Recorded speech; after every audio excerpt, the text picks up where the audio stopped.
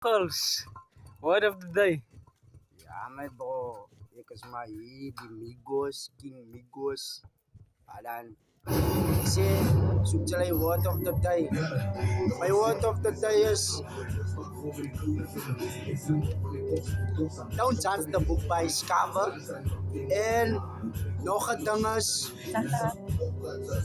moenie jou soe hou en jy is soe nie, sien jy? Ja, dat geld vir almal wat ook so is.